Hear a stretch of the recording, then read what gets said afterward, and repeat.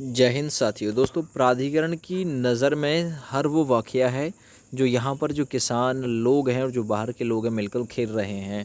तो देखिए, ये बड़ा खुलासा किया है। नोएडा इंटरनेशनल एयरपोर्ट के पास महज 10 मीटर ज़मीन खरीद कर नए किसान बन गए 2000 लोग। आखिर ऐसा क्यों? तो देखिए, कभी आप लोग ऐसा सोच रहे हैं कि भाई प्राधिकरण की नज़र में आपका मामला नहीं है, तो पूरा मामला नज़र में है उनके। गौतम बुद्ध नगर में नया खेल शुरू हो गया। नोएडा इंटरनेशनल एयरपोर्ट के दूसरे चरण से प्रभावित किसानों की संख्या 2 महीने में 2000 बढ़ गई। मतलब आज से करीब 2 महीने पहले प्रभावित किसानों की संख्या 7164 थी, जो अब बढ़कर करीब 9000 के आसपास पहुंच गई। दरअसल बाहर के लोग महज 10 मीटर से लेकर 1000 वर्ग मीटर तक ज़मीन खरीद रहे हैं और किसान बन रहे हैं। इनमें दिल्ली, मुंबई, गुरुग्राम, नोएडा और ग्रेटर नोएडा समेत कई जिलों के लोग हैं। यह सब यहाँ आकर एयरपोर्ट के दूसरे चरण से जुड़े गाँव में ज़मीन खरीद रहे हैं। जिन गाँव में ज़मीन की यह खरीद फरोख्त नहीं चल रही, उन गाँव में भूमि अधिग्रहण के लिए अधिसूचना जारी हो चुकी है। अगर देखिए क्या है नियम। किसी विकास परियोजना के लिए भूमि अधिग्रहण की अधिसूचना लागू होने के बाद उस स्थिति में यथा स्थिति लागू हो जाती है। वहां ज़मीन की खरीद फरोख्त पर रोक लग जाती है। बावजूद इसके जेवर तहसील में सब रजिस्ट्रार नोएडा अंतर्राष्ट्रीय हवाई अड्डे के दूसरे चरण से प्रभावित गांव करौली, बांगर, दयानपुर, कुरैव, रन्हेरा और बिरमपुर में खरीद फरोख्त को रजिस्टर्ड कर रहे हैं। इन गाँवों में जेवर एयरपोर्ट के लिए 1185 हेक्टेयर ज़मीन अधिग्रहण किया जा रहा है। इसके लिए 40% किसानों से जिला प्रशासन सहमति ले चुका है। इस ज़मीन से 124 हेक्टेयर ज़मीन जो है वो सरकारी है और 57 हेक्टेयर ज़मीन का पहले ही चरण के दौरान अधिग्रहण किया जा चुका है।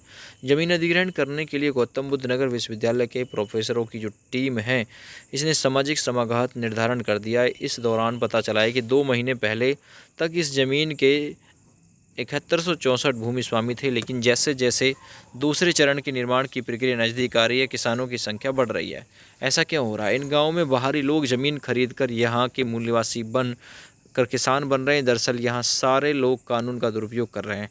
अब ज़मीन खरीदने वालों को अधिग्रहण के सापेक्ष मोटा मुआवजा मिलेगा। मुआवजे के अलावा एक नौकरी या फिर एक मुश्त 5.5 लाख रुपए में नकद मिलेंगे।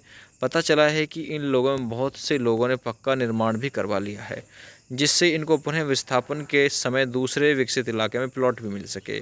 इस तरीके से यही हाल चलता रहा तो उत्तर प्रदेश सरकार को कई गुना पैसा ज़मीन अधिग्रहण और विस्थापन करने में देना पड़ेगा। कुल मिलाकर साफ है कि यह लोग कानून की खामी का फ़ायदा उठाकर नोएडा अंतर्राष्ट्रीय हवाई अड्डा परियोजना से मोटा फ़ायदा लेना चाहते हैं। दरअसल भूमि अधिग्रहण कानून में रिहैबिलिटेशन एंड रिसेटलमेंट की जो प्रक्रिया है शामिल है, जिसमें साफ साफ व्यवस्था की गई है कि अधिग्रहण से प्रभावित प्रत्येक भूस्वामी को आवासीय सुविधा के लिए न्यूनतम 120 वर्ग मीटर का भूखंड देना जरूरी है।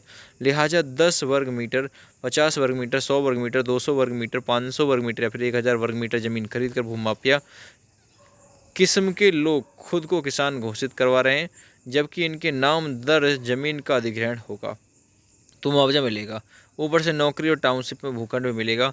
इस भूखंड की कीमत ही 50 लाख से ज़्यादा होगी, तो ऐसे लोगों को लाभ नहीं मिलेगा।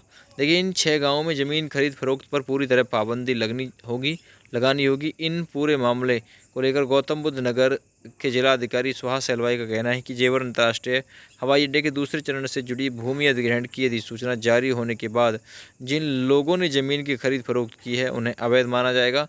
ऐसे किसी भी नए भूस्वामी को रिहैबिलिटेशन और रीसेटलमेंट का लाभ नहीं दिया जाएगा। इन लोगों को केवल ज़मीन अधिग्रहण से मुआवजा मिलेगा। हम ऐसे लोगों की लिस्ट तैयार कर रहे हैं। तो देखिए, आप लोग जो सोच रहे हैं, क्या वो किसान क्या वो सरकार की नज़र में नहीं है? तो सब की नज़र में है भैया। तो एक बड़ी अपडेट है ये भी भैया आप लोगों के लिए।